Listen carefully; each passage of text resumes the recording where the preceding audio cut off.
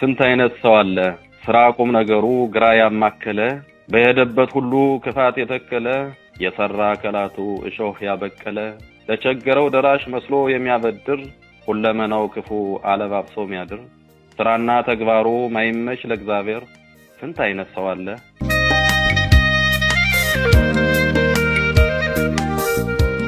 እንዴት ሰው ይጠፋል ለወገኑ የሚቆም መከራ ሲመጣ ቆሞ የሚፋለም። ይህ ነው የኔ ሐሳብ የዘውትር ጥያቄ ሳልተኛ የማድረው ህልሜን ተነጥቄ የኔ አካል ካሳቡ ወፍ ብሎ የሚያድረው ተላላጣው ወገን ደጀን የሚሆነው ቆፍጠን ያለ መሪ ጀግና ሰው ሲኖር ነው።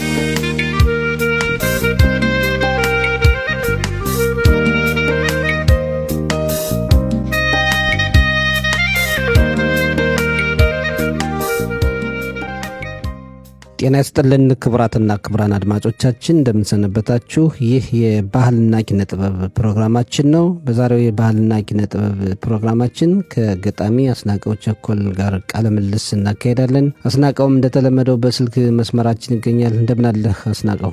እግዚአብሔር ይመስገን። እንዴት አለ? ሰላም ነው? እኔ ደህና ነኝ። አንተ እንዴት ነህ? እኔ ደህና ነኝ። ክብሩ ይስፋ። በጣም ጥሩ። እንግዲህ አንተ በየጊዜው ግጥሞችን ትልክልናለህ ታቀርባለህም፣ በጣም ጥሩ ነው። ያው ቀጥለሃል በኪነ ጥበቡ። እንግዲህ ያው ከብዙ በጥቂቱ እየሞከርኩ ነው፣ እንደሚያመቸኝ ሰዓት እየፈለኩኝ ማለት ነው። ጥሩ ነው። እንግዲህ ግጥም መግጠም ጊዜንም ይጠይቃል፣ ሁኔታዎችንም ይጠይቃልና ባለፈው ጊዜ እንዴት ነው ስለ ግጥም መድብል እያሰብክ ነው ወይ ስልህ እያሰብኩበት ነው ብለሃል። የታሰራ ነገር አለ? በስራ ላይ ነው። እሱም ቢሆን ግን ያው አልቋል ማለት ለማስደፍር ለዛ ነው ጊዜ ይወስዳል። አንደኛ እያንዳንዱን እንትን ባለፈው እንደተነጋገር ነው ቦታ መስጠትና መመደብ ያስፈልገዋል። ብዙ አይነት እንትኖች አሉት አሰራሮች አሉትና ለዛ ነው እንጂ ቀጥታ እንደወረደ ማሳተም ብቻ ኖሮ ከን ይቻል ነበር። ዋናው ምንድነው የግጥምህን ይዘት እናንተ የሚያብራራ ጽሁፍ ያስፈልጋል። ከምን ተነስተህ እንደጻፍከው ይዘቱ ከምን እንደመጣ ቦታው መስጠት ያስፈልጋል እያንዳንዱ። ስለዚህ ጊዜ ይወስዳል።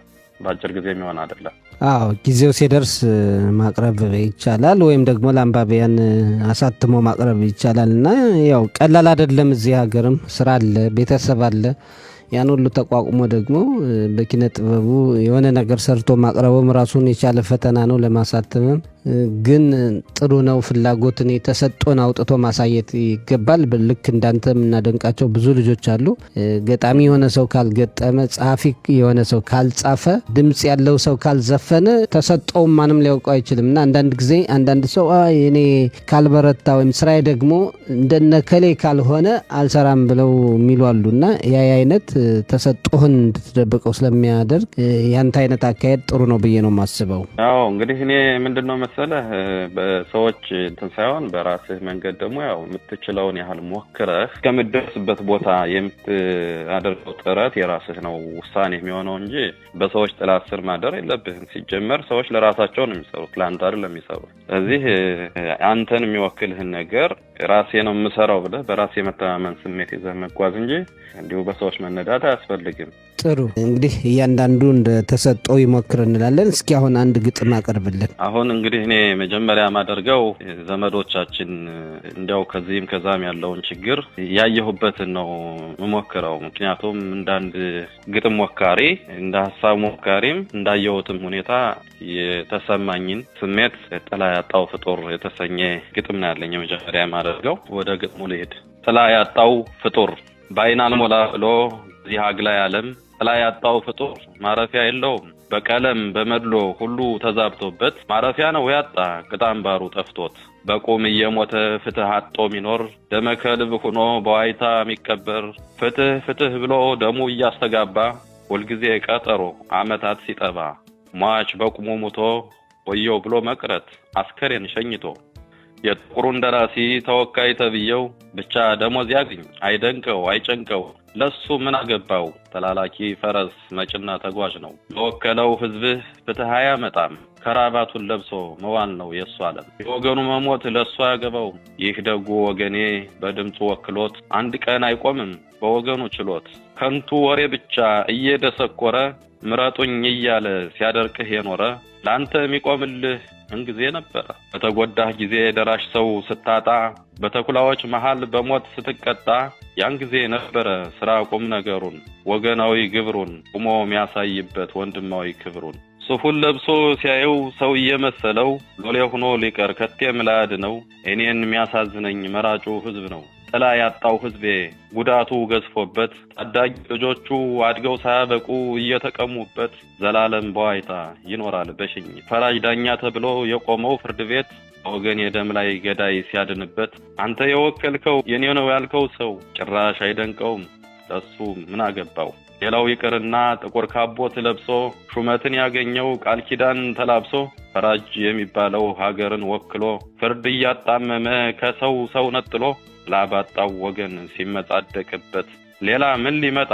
ከዚህ በላይ ውድቀት ሌላ ምን ሊመጣ ከዚህ በላይ ዝቅጠት እንባባሽ ስላጣ ከርታታው ወገኔ እንቅልፍ አይወስደኝም ሰው እንደመሆኔ እንዴት ሰው ይጠፋል ለወገኑ የሚቆም መከራ ሲመጣ ቆሞ የሚፋለም ይህ ነው የኔ ሐሳብ የዘውትር ጥያቄ ሳልተኛ የማድረው ህልሜን ተነጥቄ የኔ አካል ካሳቡ ወፍ ብሎ የሚያድረው ተላላጣው ወገን ደጀን የሚሆነው ቆፍጠን ያለ መሪ ጀግና ሰው ሲኖር ነው ተላላጣው ወገን ደጀን የሚሆነው ቆፍጠን ያለ መሪ ጀግና ሰው ሲኖር ነው ይላል ይሄ በ01/6/26 የተወሰደ ነው የተጻፈ በጣም ድንቅ ነው እንግዲህ የትም ሀገር ቢሆን ለወገኑ የማይሰራን ፖለቲከኛ የሚተች ይመስለኛል እንግዲህ እንደገባኝ አይደለም ያው እንዲያስቡበት ለማድረግ ነው በዚህ አጋጣሚ እኛ ህዝቦች እንመርጣለን ምርጫ ምንመርጣቸው ያድኑናል ይከራከሩናል ጠበቃ ይሆኑናል ለወደፊት እድገታችን ትምርታችን ለሁሉ ነገር ዋስትና ይሆኑናል እንመርጣቸው አይደል ከመረጥናቸው በኋላ ግን ብዙ አይነት ሰዎች ቤትም ዓለም ይሆኑ ያው ከገቡ በኋላ ምንድነው በቃ ዘግጣው የሚቀሩ ሰዎች አሉ እና እንዲያው እንኳን ጥያቄ አንስተው እንትን ለማጥም አይቀርቧል ፍርድ ቤትም ብትሄድ የትም ቦታ ብትሄድ በከሰስከው ቦታ ላይ ቆመው እንኳን የማይገኙ ፖለቲከኞች አሉ ስለዚህ እዚህ ባለው ብቻ ሳይሆን በሁሉም ቦታ ላይ የሚያተኩር ነው ለማለት ፈልጌ ነው በብዕርህ ዱላ ነው ያሳረፍክባቸው እንግዲህ ይቅርታ አድርጉልኝ በዚህ በኩል ተሰማይ ስሜት ነው እንግዲህ የጻፍከውንማ ጽፈህ ይቅርታ አትበል በአቋም መጽናት ነውና ጥሩ ነው ችግር የለም አንድ ጸሐፊ ወይም ደግሞ የአርት ሰው በብዕሩ በህብረተሰብ ውስጥ የሚያያቸውን ነገሮች ነቅሶ ማውጣት ነውና የመሰለህን ጽፈሃል ገምጋሚው ህብረተሰቡ ነው ስለምታቀርብልን እናመሰግናለን ያንተ ሐሳብ ነው ማንንም ስም አልጠቀስክም እንግዲህ ያለውን ነገር ነው የተናገርከው ጀመር እኔ የማንንም እንትን ለማጠልሸት ሳይሆን ቀጥታ ስራው ማለት ነው ይመለከተኛል ለሚል ሰው ወደፊት በህብረተሰቡ ዘንድ አስተማማኝ የሆነ ስራ እንዲሰራ ነው ታየው በየቦታው እየቦተን ነው በየቦታው እየተጠቃን ነው በየቦታው ዘረኝነት አለ ከስንት አንዴ እንግዲህ ከአመት አንዴ ብቻ ብቅ ብሎ አንዲት ቦታ ላይ ተገኝቶ እኔ እንደዚህ ነኝ ማለት አንዳንዴም ተገቢ ነው ብያለምን ምልህ ሌሎች ሰዎች የሚሰሩትን እያየን ነው ስለዚህ በተለኛውን ተዚህ ሀገር በጣም ብዙ ጉዳት አለበት እናት እያለቀሰች ነው በየጊዜው በየ2 እና 3 አመት ተከታታይ ጊዜ ልጆቻቸው እየተገደሉባቸው ለዛ ፍትህ አልተገኘም የሆነት ልንገርህ ሰጣኝ ዲሞክራሲ ባለበት ሀገር ፍትህ ጎሎ ሳይ እዚህ ሀገር በጣም ፍትህ ይጓደላል በጥቁሮች ላይ በተለይ ማለትም ያው የሚታይ ሀቅና የጋዱ ዓለም ያውቀው ነው እኔ ብቻ እንትን ብየው አይደለም ጥሩ እንግዲህ ሌሎችም ግጥሞች አሉ ይዘታቸው አንተ የፍቅርም ሀገራዊም ፖለቲካዊም የተለያዩ ናቸውና አሁን ደግሞ እስኪ አንድ የፍቅር ግጥም አቀርብልን ኦኬ የቅርብ ሩቅ ፍቅር ይሰኛል ርዕሱ የቅርብ ሩቅ ፍቅር ከሰው ልጅ ፍላጎት ከህሊናው ውቅር ሚዛኑ ብዙ ነው የቅርብ ሩቅ ፍቅር ባይን ተሳስሞ ከመለየት በቀር ሰው እንዳይወቅብን እንዳይወጣ ሚስጥር የሆድክን በሆዴ ተጠብቆ ይደር ባይን ጥቅሻ ብቻ ተጠባብቆ መኖር በተዛባ ሂሳብ ውላልባ ቀመር ባይንሽና ባይኔ ስንቀጣጠር ሰዓቱን ስንገፋ ወሩን ስንቆጥር በጋና ክረምቱ አመታት ሲዟዟር ያንቺና እኔ ፍቅር ከጥቅሻ በስተቀር ጎልቶ የወጣበት የለም ሌላ ነገር እኔም ሁሉን ነገር በሐሳቤ ስቃኘው የቅርብ ሩቅ ፍቅር ለእኔ ፈተና ነው ሁልጊዜ ከአይንሽ ጋር ወሬ ሰልችቶኛል እንግዲህስ በቃኝ መለየት አምሮኛል ብዬ እንዳስረዳኋት በለመድነው ቋንቋ ባይኔ እርግብግቢት እሷም በበኩሏ ነገሬ ገብቷት ማስረዳት ጀመረች እንዲህ በማለት ቅርብ ለቅርብ ሆኖ ቦታው ቢቸግረኝ ካንተ ጋር መኖሩ መስሎህ ያላማረኝ በለመደው ቋንቋ ቢቸግር ነው ውዴ ቦታው ቢጠብብኝ አንድ መላ አይጠፋም እባክህ ታገሰኝ የሚል ቋንቋ ይሁኝ በአንድ አይኗ ጥላ ስር ቦታው ባይገጥምላት ያለባትን ችግር በሐሳቧ ቁልቁለት ለኔ ባላት ፍቅር ለጠብቃት ወሰንኩ እስኪፈቅደው እግዚአብሔር ለጠብቃት ወሰንኩ እስኪፈቅደው እግዚአብሔር ይሰኛል። እንግዲህ ከሩቅ የተፋቀርከው ነገር እውን እስኪሆን የግድ መታገስ አለበት ነው። አዎ ግድ ነው። አንተ የምትፈልጋት ከሆነ ወይም እሷ የምትፈልግ ከሆነ ሁላችሁም በፍላጎት የምታሩበት ቦታ ከሆነ የግድ ጊዜው መጠበቅ ያስፈልጋል። አንዳንድ ጊዜ ምንድነው እዚህ ላይ የሚያመለክተው ቤተሰቦቻችን በርግጥ ለሌላ ዓላማ ነው ትልቅ ቦታ ደርሰው ትልቅ ሆነው ይሆናል አይደል እነሱ የሚፈልጉት ቦታ ላይ ሆነን ደርሰን እንትን እንድንል እንደዚህ አይነት ቦታ ላይ እንድንውል አይፈልጉም። ለምን ይጠባበቁሃልና። ግን እዛ ሁለት ሰዎች በትይዩ ቦታ ላይ ሆነው በቃ የፍቅራቸውን ውል ለማሰር ያለበትን ርቀት ቀረብ ሆነው ግን እንደ ልብ መውጣትና መግባት መገናኘት የማይችሉ መሆናቸውን ነው የሚያመላክተው እዚህ ላይ። አዎ ፍቅር እኮ ታጋሽ ነው ይባላል እና ሩቅ ለሩቅም ሆኖ በጣም ታግሶ መገናኘት ይቻላልና ጥሩ ነው። መልእክቱም ጥሩ ነው። በጥሩ ሁኔታ ነው ያቀረብከው። በሌሎች ርዕሰ ጉዳዮች ዙሪያም የጻፍካቸው ግጥሞች አሉና እስኪ አንተ ግጥምን የምትገጥምበት አጋጣሚ ምንድን ነው የበለጠ ደስ የሚልህ? አሁን አንዳንድ ሰዎች የፍቅር ግጥም ደስ የሚላቸዋል፣ ማህበራዊ ጉዳዮችን የሚዳሰሱ አሉ፣ የሀገርን ጉዳይ የእናትን የሀገርን ፍቅር የሚዳሰሱም አሉና ሁለገብ ነህ ወይስ እንደው በተለየ መልኩ ይሄ ነው ለኔ ደስ የሚለኝ የምትለው ነገር አለ? እኔ በሁሉም ነኝ። በተለይ ማተኮረው ደግሞ አገር ላይ አገር ውስጥ አገር ሰላም ሲኖር ነው ሁሉን ነገር እንታደርገውና አገርህ ላይ የበለጠ ሚዛን ሊወስድ ይችልብኝ ይሆናል እንጂ በአገር ጉዳይ በፍቅርም እንዲሁ ነኝ። በሁሉም ነኝ ብለህ የሚታይህን ነገር በወቅቱ የሚከሰተውን ነገር ነው እንግዲህ እንዳንድ ጸሐፊ እንዳንድ ሞካሪ ሰው የምታደርገው ጥረት ይሄ ነው። ምክንያቱም ፍቅርም ሀገራዊ ጉዳይም የዳኝነት ሚዛናዊ ጉዳይም ደግሞ ተጎደለ እንዲያት አላደረክ ማስጠንቀቂያ ካልሰጠኸው ከህብረተሰቡ ነው አይደል? አሁን ከየትኛውም ቦታ እንግዲህ ህዝብ ይወክለዋል፣ ሀገርን ይወክለዋል፣ ፍቅርን ይወክለዋል፣ ዳኝነትን ይወክለዋል። ስለዚህ በሁሉም ቦታ ላይ ሊወስን የሚችል ቦታ መሆን መቻል አለበት። ያ ሰው መስራት ካለበትም በሁሉ ቦታ ላይ መስራት አለበት። እንደዛ አድርጌ ነው የሚሄደው። ግን በብዛት ደግሞ አገር በምትደፈርበት ወይም ደግሞ በሆነ አጋጣሚ የበለጠ ለዛ ትኩረት እሰጣለሁ። መልካም ለደህንነቷ ማለት ነው። ጥሩ። እስኪ አንድ ግጥም አቅርብልን። እንግዲህ አሁን ሰሞኑን እንትን ያልኩት አለ ትናንት መሰለ የላኩልህ ነው። አሁን ስንት አይነት ሰው አለ የሚል እንትንም አለ። ሌላም እንግዲህ በዳኝነት በኩል ያለም ደግሞ አለ። ማን ይሆን ጠበቃ? እስኪ ስንት አይነት ሰው አለ? ኦኬ ካንተ ምርጫ ከሆነ እንግዲህ ስንት አይነት ሰው አለ ይሆንልኝ። አንዳንድ ሰዎች እንግዲህ ለእድገትህም ደግሞ ጥሩ የሆነ እርምጃ የማይሰጡ ሰዎች አሉ። ከግጥሙ በኋላ እናብራራው። ጥሩ። ስንት አይነት ሰው አለ፣ ስንት አይነት ሰው አለ፣ ስራ ቁም ነገሩ ግራ ያማከለ፣ በሄደበት ሁሉ ክፋት የተከለ፣ የሰራ አካላቱ እሾህ ያበቀለ፣ ለቸገረው ደራሽ መስሎ የሚያበድር፣ ሁለመናው ክፉ አለባብሶ የሚያድር፣ ስራና ተግባሩ ማይመች ለእግዚአብሔር።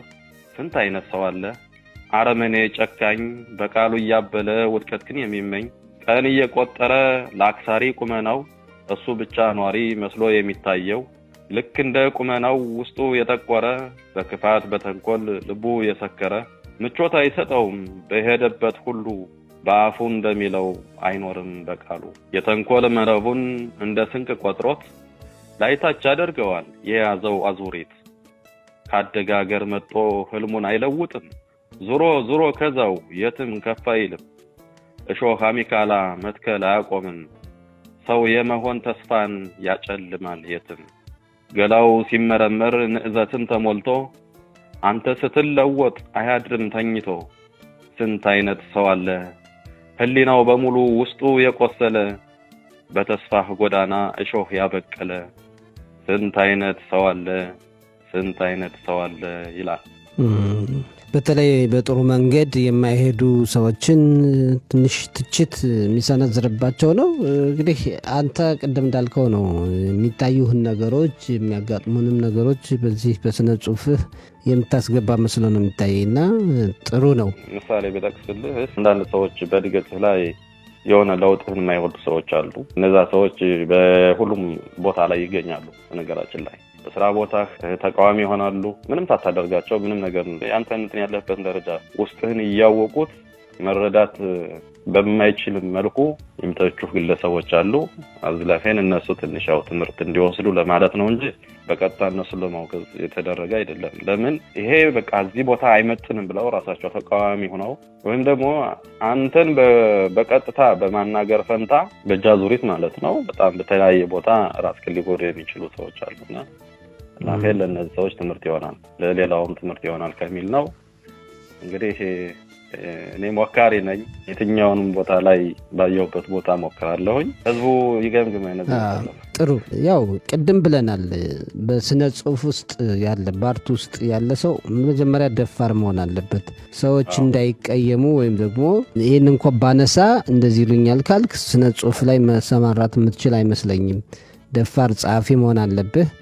አሁን የኛ ስራ ለምሳሌ ትችቶችን ሁሉ መቀበል አለብን። ጥሩ ስንሰራ ሲያበረታቱን ብቻ አይደለም ማጨብጨብ ያለብን፣ ሲተቹንም መቀበል አለብን።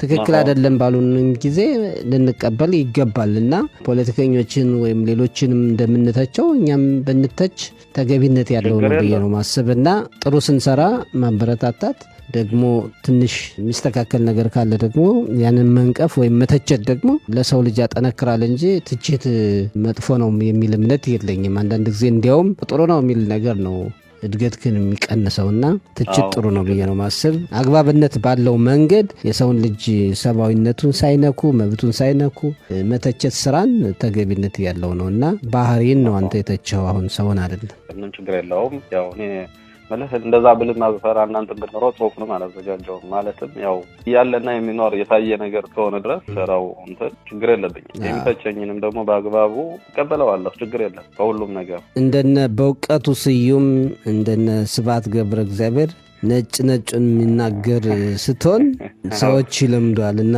ጥሩ ነው ብዬ ነው ማስብ። ቀጥልበት። ቶዳራባ ሰጠኝ። አመሰግናለሁ። መልካም ጊዜ ይሁንልህ ቶዳራባ። እኛም በጣም ነው እናመሰግን። እንግዲህ በባህልና ኪነ ጥበብ ፕሮግራማችን እንደዚህ በመቅረብህ ለሌሎች ወጣቶችም አርአያ ትሆናለህ። ሌሎችም እንደዚህ በየጊዜው ስራቸውን እንዲያቀርቡ እንጋብዛለን። በጣም ነው የምናመሰግን። አስናቀው ቸኮል ቀጥልበት። መጽሐፉ ምርቃት ደግሞ ጥራን በቅርቡ በእግዚአብሔር እርዳታ እንግዲህ ፈጣሪ እሱ ያግዘን እንጂ ለሁሉም ነገር ምንም ችግር የለውም። በእግዚአብሔር እርዳታ ሁሉም ነገር ይዘጋጃል ብዬ እኔ ማምናለሁ። ወደፊትም ተስፋዬ ነው እሱ ይሆናል። ይቻላል ነው ያለ ኃይሌ ገብረስላሴ። ይቻላል ካልን የማይሆን ነገር የለምና በርታ እንላለን። በጣም እናመሰግናለን። የዛሬው የባህልና ኪነ ጥበብ ፕሮግራምን በዚህ ይጠናቀቃል። ሰላም ጊዜ ያስናቀው። ቻው ቻው ባይ